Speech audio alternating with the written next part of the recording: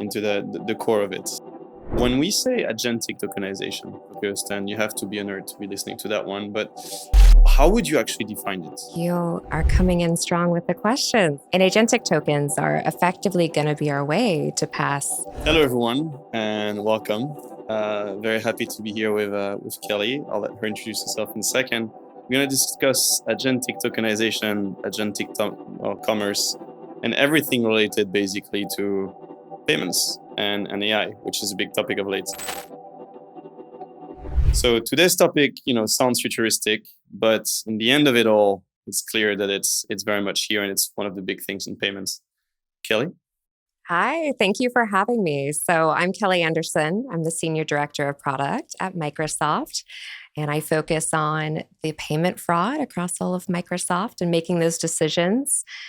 So my team supports whether you're getting Xbox or Azure or anything else across there. Thanks for having me. Oh, I'm so excited. This is actually going to be a cool one for multiple reasons, right? I think the topic is going to be great, but more so, like, we've been talking for quite some time now about doing this. So happy to have you on here. So maybe, before we even go into like agentic tokenization and commerce, right? Like, let's start simple. What are AI agents? Oh, what a good question. And I'm sure if we talk about this in 6 months, it's going to look totally different. But kind of the most basic way to think about it is that it's really like a bot and beyond. So it's natural language processing. So if you've ever used ChatGPT or M365 Copilot, you're going to be able to communicate just like you would right now. Yep. And then ultimately, right now, it's largely in results. So that's where you can quickly get things like research. You can ask it. You could ask it this question, for instance, and it will return. As we're going to talk about with agentic commerce, it will go a lot farther in the future. And more agents are being able to operate. So I can actually have agents that go into agentification, which goes even beyond automation. So it's like my own intern is the way I refer to it. Yeah. I think maybe we start with interns and then we get full-time employees, right? Yeah, the interns need a lot of training, but they'll get there eventually. So one thing, it's been fascinating to see the pace at which like all of this is going. I think you guys, and disclaimer, where this is not just the Microsoft point of view, right? Kelley Sure. is Kelley. But when you look at like what's happening and the work that has been done before we've seen kind of what's happening now, there's probably has been so much work put into there, which we don't see, right? Like the common mortals like myself, we don't see, but you have probably seen a lot of what's happening on the back end, which I must say is pretty cool. Yeah. One of the things that people tend to think is that AI is really new, and it's actually not. It started, I believe, in the 1960s, if I recall correctly. Mm-hmm. But the way that we see generative AI right now is just, it's moving faster than the adoption of the internet. So that tells you something, right? Like we're really in a monumental shift right now. So it's pretty cool. Yeah. One of the things that I keep getting reminded of is we have had AI in some capacity for quite some time, right? Mm-hmm. Like whether we look at payments for just a sec, maybe more than just a sec, you have like smart routing, right? Mm-hmm. But it hasn't been based on agents. That's right. Right? It's just been kind of algorithms, code that has been developed to kind of optimize performance and everything else. Where here it's very different. You had, like what you call LLMs, but you had like AI, and within AI you had generative AI and a lot of the different ones. Deep learning, machine learning included, etc. That's right. So diving, I guess, into it now, into the core of it. When we say agentic tokenization, right, which is very much payments focused, and you have to be a nerd to be listening to that one, but how would you actually define it, right, in plain language? And I think maybe starting from simpler to more complex. You are coming in strong with the questions. So that's a great question. And I think it's going to, as always, I'll stop making this preface, but it's going to rapidly evolve. So the way in plain language to think about it is we have had tokens. Tokens aren't new. You know those very well. Yep. And agentic tokens are effectively going to be our way to pass that we know this is an agent. Because otherwise, if I'm trying to triangulate different data points, truthfully, it'll probably look like a bot. So how do I really know what it is and what its intent is? So agentic tokens are really going to be that identifier. So think of it like its own driver's license. So I know who's coming in and hopefully what they're going to do and so forth. So that's really where it's starting.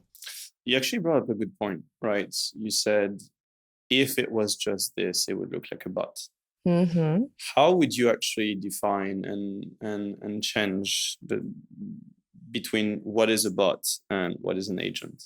Oh, good question. So a bot is typically just going to execute against a set of steps, right? Okay. Rudimentary bots really just come from Python scripts. They've been around forever, and they're going to execute across something very, very simply. Yeah. Versus, an AI agent is going to be a lot more sophisticated. So that's where you get into agentification, where it can even go beyond just an AI agent and actually make decisions. So that's going to be much more sophisticated, and it can take on a much wide range, right? So think about the intern. Your very basic bot intern is going to be told to, print a couple pieces of paper, right, for your report, and it's going to do exactly that. Versus your, AI agent intern, you're going to be saying, I want you to produce the report, right? So it's going to go into a much deeper level of thinking and coming out with something that's even more robust than just hitting, right, the press print. It's not like simple tests. There's almost Exactly. what we would say like reasoning into it. Yeah, absolutely. Right. And that's all part of the natural language processing as well. So that way you're not giving it, step by step. It doesn't have, an operating procedure and SOP. It's being able to actually communicate and take in the context of natural language. That's what's really cool about it. I wish I lived in your brain for a second. So coming back to payments, right? Like obviously you did mention it. Tokenization has been around for quite some time. Yeah. And tokenization, the process itself, basically is when you take payment credential, it's a credit card, right? And when the card number basically and a few of the data fields are not supposed to just be passed to a merchant unless they have a very specific environment. What you do is you secure that piece of information and put it into a token. And so that has been around for security measures for quite some time. But now we're diving, because of agentic tokenization, right? We're diving into a new era. And so like a new set of tokenization rules, standards, and protocols are going to be put out there. Yeah. So how is this different from tokenization that we've seen today, right? What is new about agentic tokenization? Yeah, that's a good question. And I'm curious to see where it evolves. One of the things when we just think about tokens and like the very traditional payment sense, as you called out, is it's allowing me to go, let's say as the merchant in this case. Okay, this is Arthur's credit card and I have a good signal, right? I mean, tokens ultimately are really to securely pass that. Yeah. So instead of getting all of your information, I just get, the token output, and I can highly trust it, and then use it and allow you to transact. In this case, this is going to look really different because I need to know that this is actually an agent operating on your behalf. And so what does that mean and how is that going to look is going to be really evolving because, is it going to purchase, something that's within the limits you want? Is it even going to purchase the right thing? It's going to look very different in that way. So the agentic token is really going to be about the identification piece first and foremost. Okay. But I think it's going to evolve because there's going to be a lot more around the context of what is going to occur. So I'm curious to see if we start layering tokens in that way. Ooh. Yeah. What I wanted to double click on actually is you mentioned identity. I think fraud is also going to be a component. Yes. What would you say? Because obviously my first question was going to be, okay, why does a merchant need to know that it's an agent process, behind the actual transaction? Mm-hmm. Yeah. So many layers to this. Okay. But I think to start with just the high level is, just like we already talked about, I need to know that this is an agent. Because otherwise, if I'm in a very, traditional checkout flow as a merchant, I'm going to see this probably as a bot and be more likely to decline it. So you don't even go anywhere. So first and foremost is even to recognize it. One of the things that's different here versus when I'm looking at a payment instrument is generally speaking, most payment instruments, I know what type they are. So I can assess the risk based on that, right? agents won't have that, not in a standard way, at least not at this point. So I've got to determine, first and foremost, that this even is an agent. So I don't just kick it off like a bot. And then even further, is this an agent that's even operating on the customer's behalf? Because if not, right, anything that can be built for good can obviously also be taken over. So it's really going to be an interesting one because the behaviors will look so different. Yeah. I will be missing a lot of the human components where I could go, okay, this is Arthur, and he normally likes to take 5 minutes to click around and figure out, oh, he likes to compare colors. I won't have that, right? Because just like a bot, it will execute most likely rapidly. Yeah. But I really need it to still be able to go through to delight that customer, which is critical. So the fraud perspective is going to be really interesting because the signals that I have in a traditional human-centric purchase won't be there. Behavioral, yes. Which it's fascinating because I was actually thinking about it not too long ago, and there is a lot of improvement right now on the fraud side around identifying those behavioral signals and just understanding, long story short, like, is it the person based on how they behave at checkout or within the payment process? Is this actually the owner of the card or the credential? Yeah. But with an agent, as you're saying, it's going to be entirely different. And the consent piece of it is going to be it's going to be very interesting to watch as well. Yeah. Well, I want to double click on that because you just highlighted something, which is I'm not just going to be determining, is this Arthur's credit card? I'm now going to be determining, is Arthur even making this purchase in a whole different level than account compromise typically has. So yeah, it will be double the duty. Well, I think Microsoft can handle it. But so we did discuss it a little bit, right? But I think we are in indeed. Let's dive one step below, which is when we look at tokenization, right? For agents specifically, you did mention high level. What are some of the fields, right, that you're thinking of?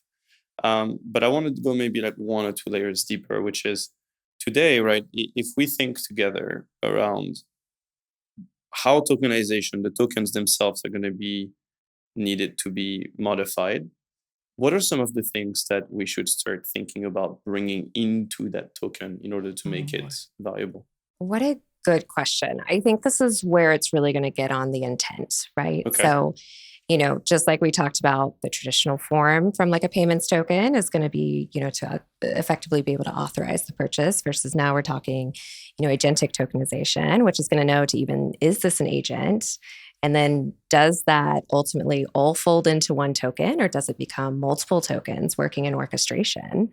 And I think that will be a difficult thing to figure out because the other thing you have to keep in mind is there's already legitimate use cases. I'm very fortunate with my own team and with M365 Copilot. We get to build agents all day, and it's so easy now, but those do not inherently have tokens. So you're going to have such a wide variety of scenarios. So, that's a good question on what data is going to be needed. I mean, from the forefront, for me, it's going to be first and foremost, is this an agent? 2, what is, the level of authorization it has to operate on behalf of the customer?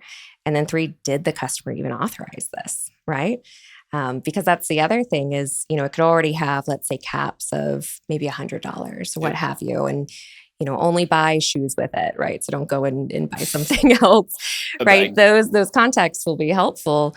Because at the end of the day, again, I'll still generally hold chargeback liability. So I want to make sure that happens and that it's not compromised as well, that something off platform occurred. So that's going to be really interesting. It's fascinating. Before we double click on chargeback, because then we can talk about virtual cards in this case scenario. Oh, okay. My other favorite topic. Okay. Before we dive onto this, it's true that you brought up an amazing point, which is, at the end of the day, you get to see both sides because you get to see the side of like building the actual agent. And so thinking, okay, I'm building this. This is the process for building an agent. Yeah. And then you start thinking, okay, how can I make sure that those agents can then actually purchase? But then you have the merchant side, which is more so now I need to make sure that I know that it's an agent and what should I actually deal with in order to make sure that I don't look at it as a bot and can still take the transaction. Yeah, exactly. And I suspect it will get, just to throw another layer into this, that there will be agent-to-agent purchasing in the future too. Yes. Which is going to be a whole other layer that I don't have an answer to, but we'll do a follow-up once I do. We'll do a follow-up. And I think we call it at VGS actually token layering and Yes. token orchestration. And I think that, yes, of course, like some of the things that the networks are building, like Visa's cloud token framework, right, is going to be leveraged. The basis and foundation of tokens is not necessarily going to change, but you will just have multiple layers, and maybe you have what you call a network token, and on top of that network token, you start adding the identity layer as well as potentially more, and you would have a transaction with multiple tokens, as you were mentioning. I think that's in an ideal world, you will maybe have a master token. Oh, okay. And then you'll have multiple underneath. I don't know. In an ideal world, yeah. I'm thinking okay. out loud. But I can just see that happening because double-clicking on chargebacks, right? Context.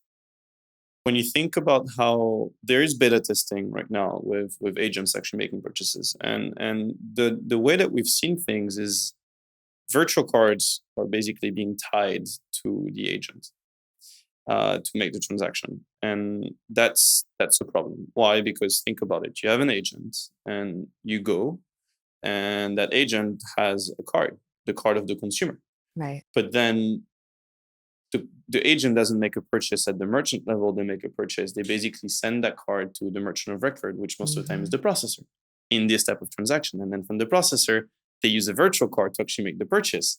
But now you have two separate basically transactions that you have to tie back up together. And that's a problem. And now we talk about chargebacks. What about recurring transactions, right? And all of this good stuff. That's right. That's why tokenization becomes important. Yes. So that's like today's world, like how things have been going. There's also court fronting in there. Another issue, but many issues, certainly. Now let's evolve into like the chargeback aspect of things. When you think about agents, how do you think that process is even going to look? And I know this is theoretical. We're going into theory now. I'm going to go test this after this. It's actually something my team's like really having some great conversations and thinking ahead about. It's a good question because at the end of the day, right? So ideally, I don't even want the chargeback to happen. That's why we're talking about all of this. So hopefully before it even occurs, but it does happen at the end of the day. It does. And I think one of the critical things is like, that's got to be really an industry conversation. Because right now, if I go to represent that chargeback, right, what information is going to be accepted? I already know what's part of it today, but if I don't have that information, does this mean I'm going to lose all chargebacks? So it's a good question, but that's going to be a critical part. And in particular, if there's multiple tokens used, is there some level of explainability? So I have a defensible position to hopefully win the chargeback. It's going to be interesting is like, I'm thinking in like more high level for a sec, which is, okay, I task a friend, like I have a conversation with a good friend. We say, let's go to Saint-Tropez. Okay. Right? All right. And like I send my agent, let's call it Noah. And that Noah basically goes and makes a purchase and goes through United, right? And makes that purchase. Yeah. United knows it's an agent. All of that good stuff and processes in place. But then I realized, you know what, like I want to modify my trip.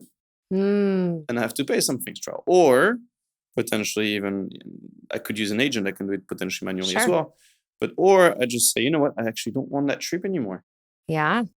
How are you going to like, and I haven't gone on the plane, but like I want to file a chargeback. Like from a customer perspective, filing that chargeback might be different because the information that you're going to require to give is going to be different. That's true. And then like from a United perspective, how do you deal with it? And then from the bank perspective, how do you deal with it? And that's where I start getting quite. Yeah, basically, you can probably picture me, but yeah, I am there on my bed and just thinking, okay, well, like all of that good stuff, how is it going to work? But you're so exciting, Arthur, thinking about chargebacks, but it's a great question. Someone has to. It's such a good question, right? Because if I put my like self as the customer for a minute and I change my mind, please don't do this. But if I do, will I even have the ability to file that chargeback? I would argue probably yes. TBD, but probably yes. And then again, as you go through that, chargeback processing, who's ultimately going to hold the weight? I would assume in this case, United probably will. Because the way I'm really thinking about agentic commerce is that we're taking everything that occurs today and we're compounding it, right? I mean, none of this is necessarily brand new, No. but the way it's going to be orchestrated and our positions in the industry is going to change. And I think it's going to invite a lot of conversation. And to be honest, probably some painful loss at first. I agree. No, and you're saying, like, I'll give, I think, a different example. Let's dive more about agentic commerce for a second. When I look at what Google is putting out, Mm, right? I think it's fascinating because they're not necessarily reinventing the whole wheel. What Google yeah, has done is they basically now enable customers to make purchases directly from the search engine. So that's right. let's say I want an Aloe t-shirt. I'm not going to go on Aloe. I'm literally going to go on Google. I'll type, hey, I want an Aloe t-shirt. Google will have all of my search history and everything else. And so potentially can tailor and know already what I'm looking for in terms of like sizes, where it needs to be shipped and everything else, card information within the wallet that they have, Mm-hmm. directly go and get an agent to go to their website and actually make the purchase for me. They're not reinventing that there's a purchase being made and now a t-shirt being purchased. They're reinventing the way that it's being done. And I feel That's like what you're right. mentioning is very much this, which is reinventing a component of the process, but not Yeah. everything itself. Yeah, but I want to double click real quickly because I was having a great conversation with my team earlier. Okay. And we were just discussing, like, what is the future of agentic commerce going to look like? And you hit it exactly that, right? It's going to do the shopping for you. Yeah. And with that, one, how is that even going to change the marketplace landscape, right? Because on the other hand, like if I'm thinking about conversion and my ability, just like, think about when all of the Google and Bing and everyone started to give really refined search results, Yeah. especially as soon as, you see it at the top now. Well, if I also don't tailor for my storefront or my products to come up, are they even going to show up to get you that? Ideally, hopefully, yes, right? And then you This go is so through the interesting. entire life cycle and how is that going to look? So, On yeah. the back end is going to change. I think there's something called GEO, if I'm not mistaken, Mm. which is basically like, you know how you have SEO, Oh, yes, I have heard of this. Yeah. and so like the context is like now you basically get to purchase, I guess not necessarily ads or anything, but like keywords. Like you want That's to put right. money and bet on a keyword that comes out, and so then certain company comes in. They're Mhm. doing it for not just the search engines anymore, but actually also kind of the GPTs of the world. That's Again, like right. whole different thing. But we're going in a direction. I think you and I can talk about this for ages. Absolutely. But coming back to I guess different, more grounded. Um, can you share maybe, because you've seen probably more than most people? Can you share a real life example of where agentic tokenization, agentic commerce in general, the two of them, Mm. uh, would be applicable? I think we shared one with Google, but like, is there another one maybe in the gaming industry that you have thought of? And if you don't, it's totally fine. I'm really like going on something we haven't discussed at all. Yeah, So we're going on a journey on this. It's a good question. I think I see a lot of things more conceptually than okay, actually live yet, at least not on a broader, kind of a broader use case. yeah, But some of the things that I do think will be in particular early adopters for this. So definitely gaming, right? Like if I'm in gaming and I'm always reloading tokens or what have yep, you, that would be a very easy one to rapidly do. Okay, um, I see you're down to 5 or what have you, and to do the automatic reload. This is how the Starbucks app gets me, by the way. Every time I go to purchase, it like reloads. So, again, similar to functionality to what already exists. It's yeah, just going to move faster, easier, and frictionless, right? Um, and I think the other thing here will be things that aren't fun to shop for. Like, I don't really like to shop for car insurance. I would love to just tell an agent, go get me car yep. insurance and get it for me, right? So that I think is in particular what we're going to see a lot more. Really, I hope rapid adoption in that way. I think we're on the right track. So maybe let's dive into kind of the process, right? Because we've talked about the concepts. Yeah. But say I have a personal AI, right? Mm. And shopping assistant. And how would the agentic tokenization actually enable? What do you think the process is actually going to look like? Oh, I think there's going to be multiple processes, Okay. but I think the starting point will largely look at, again, identifying that it's an agent and approving on your behalf, right? Yeah. This is our intern that we need to make sure the purchase can actually be accepted and allowing you to instantly get it. So I think that's really where the agentic tokenization is going to come into play really fast because otherwise, just like we talked about, I'm probably going to end up declining it, right? That's going to be the risk. So it's going to be a critical item to be able to move forward for, at the end of the day, conversion. So I see it as much as a fraud angle as a conversion angle. All right. Well, I think we've talked about the concept. We've talked about the process. I think we've thrown out there a few good ideas, even on chargeback.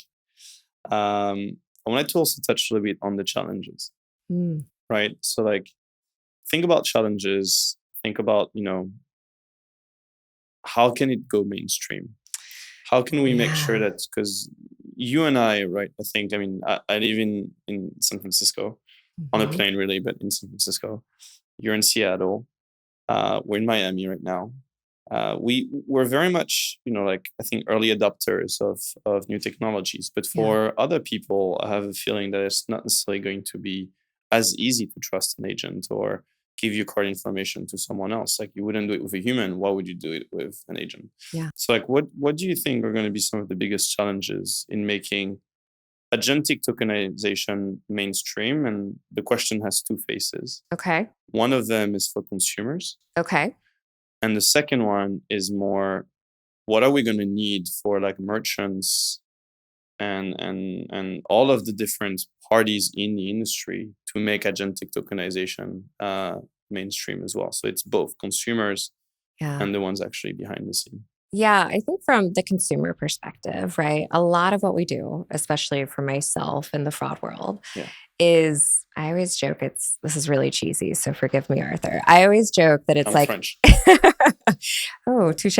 So I always joke that it's like Men in Black, right? Like, if I'm doing my job really well, you don't know I exist. And that's how I see this as well.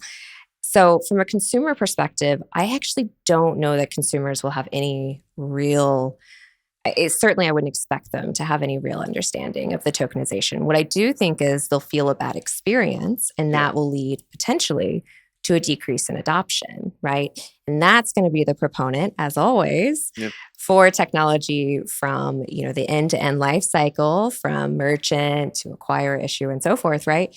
Processing to adopt, right? Because we want that conversion, and from my side, I want that conversion for good customers, not bad actors. So I think that's going to be the really critical part is I hate to say it, hopefully we solve this ahead, but that the customer will feel it when they go, okay, I want this to pick my car insurance or my flight or pick a subject, right? Especially the things that aren't super fun to shop for.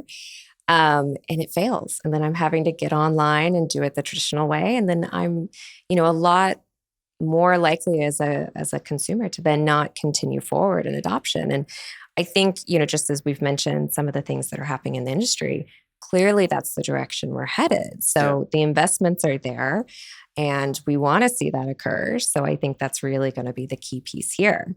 Okay, so the second part then is to talk internally on the agentic tokenization. So, first and foremost will be that customer experience. So as it decreases, right, I want to get the bad actors and I'm going to need those signals.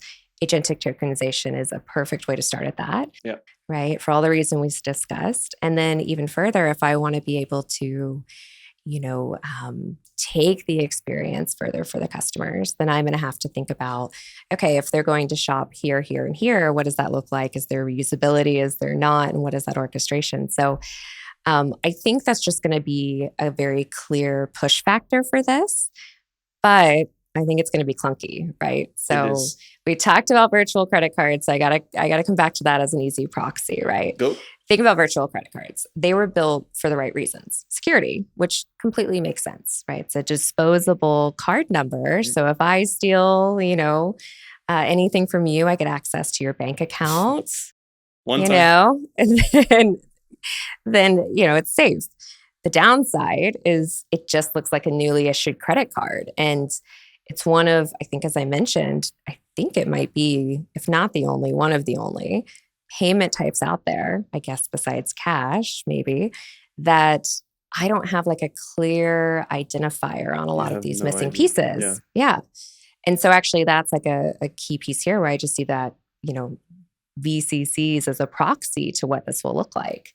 A VCC would be really easy to decline thinking that you're, potentially a bad actor. So it's just that even bigger. And you have absolutely no historical data. Exactly. Like you get nothing, which is, I think you're right. It was built for the right reasons, but it may not be the perfect instrument in this case scenario to power this type of technology.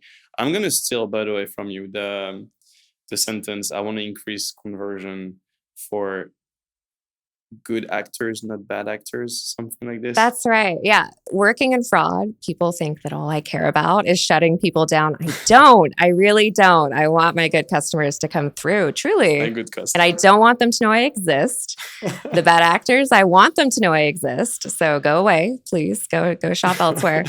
But that's right. Actually, I deeply care about conversion because I want good customers to have a delightful experience, just like I want that, right? Yeah. Like I don't want to be declined and not be able to get what I want. It sounds terrible. I agree with you. So do you think is it more going to be a technical challenge, like technological challenge, or do you think the industry is going to need to align on standards and ethics? Oh, do we already align on standards today? We never align on standards and ethics. Like, go to Europe for a second and like literally it's... Yeah. We know how to regulate. I say that That often. is true. Europeans know how to Europeans regulate. do, yeah. But ethics and standards, we're still not there. Yeah. I think there is a lot of optimism, and I certainly think as an industry we can lean in to get there. I don't think it will be overnight, but let's continue to lean in and see where it goes. And again, you're going to have so many players in this, right? I mean, you're not just going to have the big companies who are building agentic commerce, but you can easily have that college student who's sitting in a dorm building their own agents to go and execute. It's already happening. Exactly. So you're going to have these outliers, and how big those outliers become is going to be really to be seen, I guess. So I think I'll give my 2 cents. I think ethics will spend so much time on it. For multiple reasons, the ones that we're mentioning, but I think some people are going to start thinking broader. Sure. And they're going to start thinking, well, so like we're giving more and more to AI in general, right? Like how far is that? Should we just stop it now? Oh, we're getting into a whole other podcast now, Arthur. it's like now it's not like payments, it's just like AI in general. It's like, yeah, that's a big topic. It never ends. Sure. Maybe we'll do a follow-up on this one then. But from a risk perspective, we talked about fraud. I think risk is pretty adjacent, right? Neighbors to an extent. Yeah. How do you think, like agentic tokens are going to impact kind of the risk in the payments process? Yeah, that's a good question. Realistically, I think they'll lower the risk because if you seem surprised by this answer. Yeah, potentially, right? Because if, again, I continue to have new data points that allow me to assess and make better decisions, including agentic tokens, then in theory, it should help me, maybe I shouldn't say lower the risk, make better decisions about the risk. Okay. What is your take? On the hot seat, I think agentic tokens are a need. I think security, yes. But the thing is, a token is still a credential.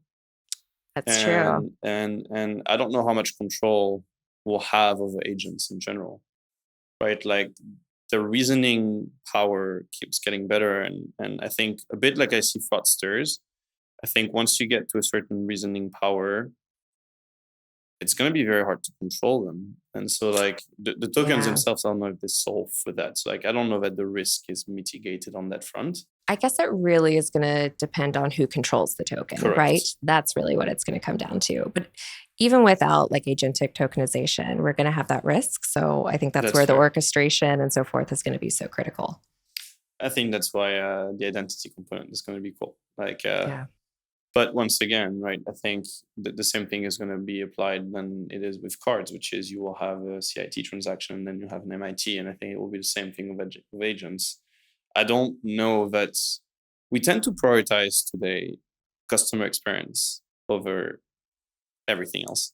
And that to me is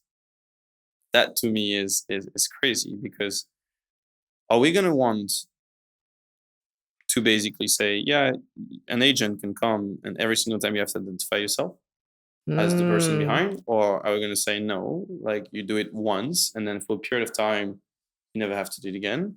Or you just have to do it once and then never again until you change cards?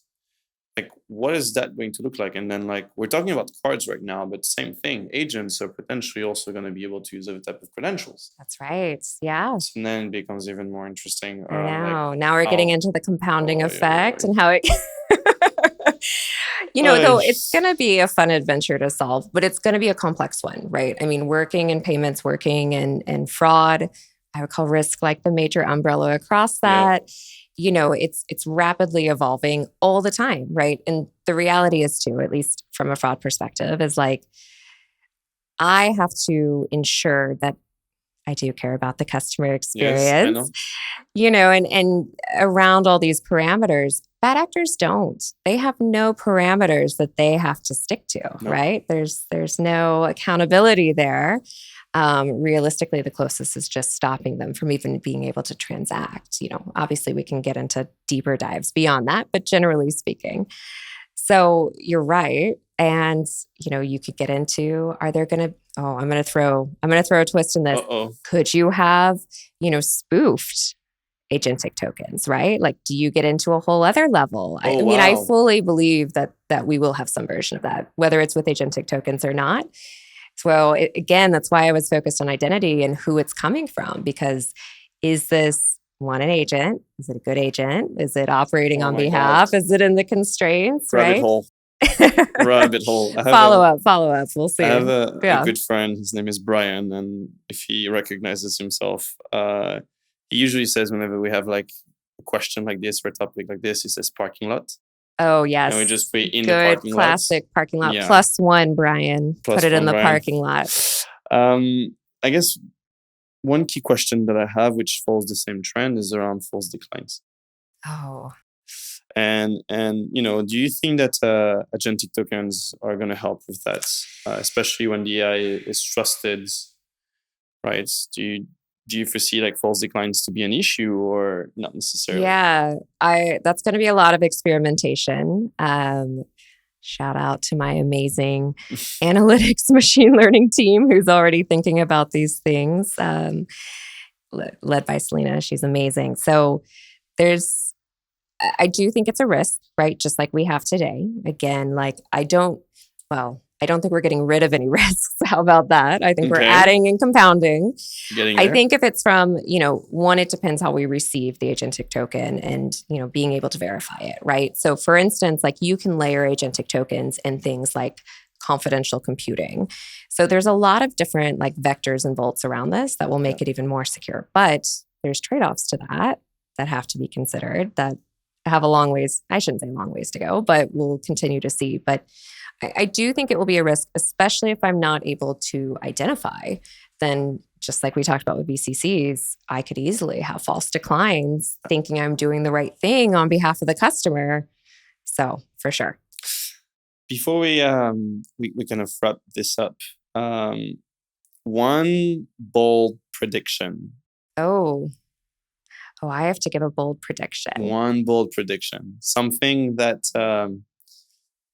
is might be very futuristic 5 years from now, 10 years from now, but like something that you believe is going to happen and people are not talking about enough. I don't know. We covered a lot of ground in this one. When I saw, ChatGPT come out, for instance, immediately I was like, this is going to be everyone's new search engine effectively, right? I'm not even going to go and read through pages, right? And I think it's going to be the same way for commerce. Maybe not with everything over some period of time, but I think of early adopters, especially like we were talking about college students and so forth. And I think that's going to become the new way. So that's really going to change, well, everything, right? Like, will I even need storefronts anymore? Right? Like, that changes my UI investments and so forth. So I think there's a much broader ripple effect, right? From storefronts and what I invest in there, from, for instance, the ability to even show up, right? Am I going to get into a competition? Probably, to be able to make sure that my results come up all the way through the life cycle. So my bold prediction is that if we come back to this in a few years, we're going to be ordering in that way by and large. I think so as well. I'll give you one. Okay, let's hear it. I had a little bit more time to think. But and it's very bold. I was thinking about it while you were talking about, because you were talking about redefining a lot of things. I have a feeling that agents are gonna unlock the metaverse again. Oh, okay. All right. Could be. I've heard that discussion before. Yeah. I never have. Like, really? There's been like some discussion around that a little bit. I think that's, avatars and things like this. Like, right. They might just be, you might just have some agents around there. And so, like, in general, I just have a feeling that this is one of the key components that will help kind of bring that back as a topic. But it's very bold because it's nowhere to be found at this point in time. Please don't. I'm gonna get lashed out for this one. But Kelley, it was amazing. To recap a little bit, we talked about what AI agents were. We talked about agentic tokenization, the risk, the benefits, the current industry processes, where the industry is going to go. Yeah. Talked about why it matters. Talked about a lot of the challenges. We even brought in fraud and risk. This was pretty amazing. Thank you for unpacking this with me. Thank you for having me. Before, I guess, closing in, what's kind of next for you and your team? Is there anything that you can share? Anything exciting? Maybe that's already kind of out there. What are you excited about? I'm really just excited to continue to experiment with my team, and like these discussions we're having here, we're having tenfold. And I'm very fortunate to be around a lot of people smarter than me who bring a lot to the discussion, and to be a part of the industry where we get to have, I was at the Fraud Leadership Summit today, and I think agentic commerce is the new AI, right? Yeah. Like everyone would say AI is the buzzword. This is the new one. But the good news is I'm glad we're talking about it, because we don't always get that opportunity. Sometimes these things come and they catch us. And I feel like this is one thing we recognize that is bold, that is coming fast. So I'm mostly just excited to see where it goes and the role that I get to play in fraud. Yeah.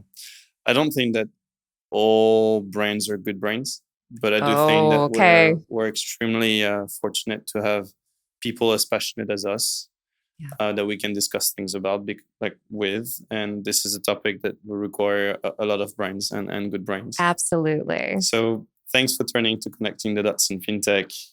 Stay tuned for next episode. And thank you. Thank you so much for being here. Thank you.